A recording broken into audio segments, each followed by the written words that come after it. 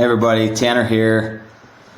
Today's tool of the week is a concept. A lot of talk, at least in my kind of ecosystem, a lot of talk of flow and how to get into flow, what is a flow state, optimizing sort of efficiency, productivity. So let's talk a little bit about that, and I'll kind of dig in and how to apply because I think there's an application to each of us. So flow, as defined, is an optimal state of consciousness, a state where you feel your best and perform your best. More specifically, the term refers to those moments of rapt attention and total absorption when you get so focused on the task at hand that everything else disappears. So maybe you think, man, I don't know that I've ever been in flow professionally, and maybe you have personally. It's certainly the study that I have done. If you're a musician or an extreme sports, surfing, mountain biking, there's certain things that just are more apt to flow states than others. But with that, I'm going to kind of keep powering forward here. So a lot of this is pulled from this book, The Art of Impossible, by Steven Kotler. If you haven't read it, I highly recommend. Super interesting, at least to me. But I'm going to give you that kind of some of the key takeaways. So group flow, I think this really, really applies to anyone. I know everyone on this list and the handful of those that watch these videos. But group flow requires a few things: complete concentration. Research suggests that walling the team off from the world is the best approach.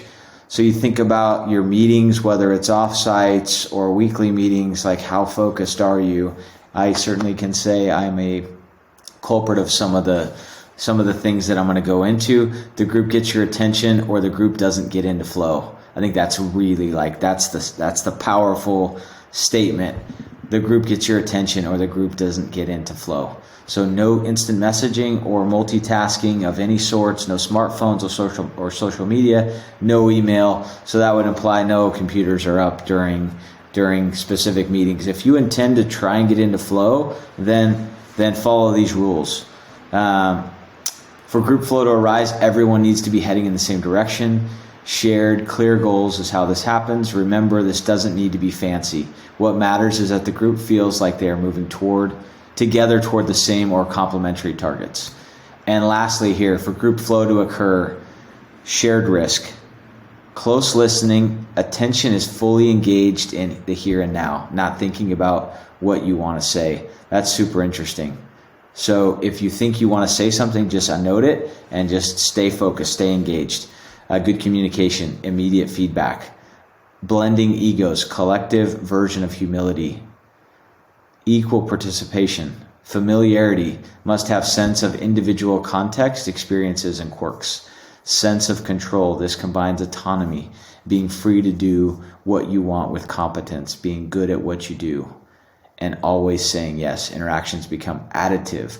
So instead of shutting someone down, saying yes, how about, instead of always finding the reasons why it can't work or shouldn't work.